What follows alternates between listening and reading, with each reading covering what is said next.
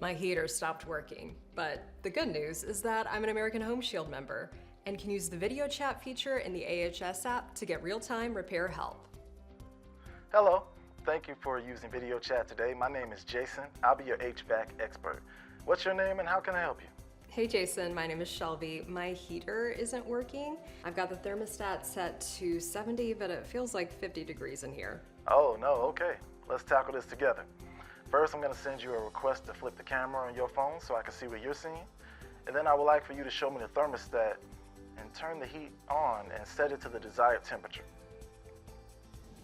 Okay, we've turned the heat on and made sure the circuit breaker isn't tripped. Now let's look at the furnace itself to see what it's doing.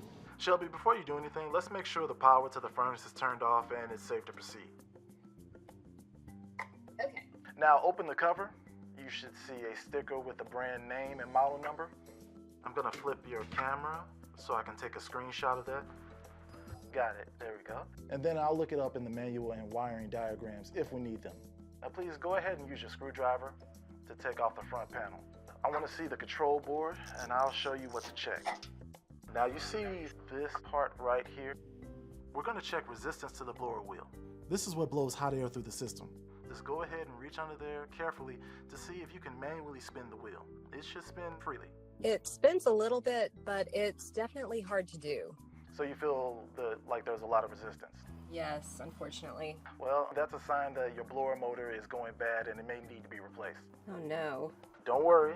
Under your American Home Shield plan, blower motors are covered, so that's great. So at the end of our video chat, you can go ahead and place a service request. I'll add my notes and photos from this conversation to your video chat history so you and the pro can access them ahead of the in-person visit. Thank you, that's really helpful. Thank you for being a valued member, Shelby. We're here to help.